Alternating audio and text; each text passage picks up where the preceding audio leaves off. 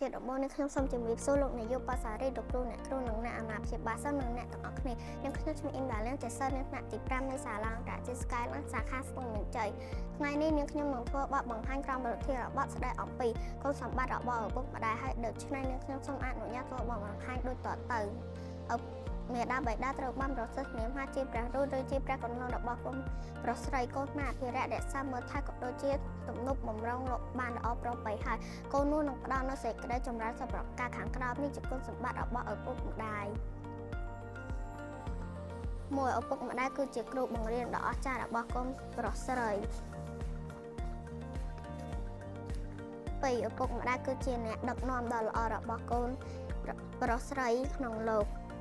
3ឪពុកម្ដាយគឺជាមនុស្សសញ្ជាតិដ៏អស្ចារ្យរបស់កូនប្រុសស្រីទាំងឡាយ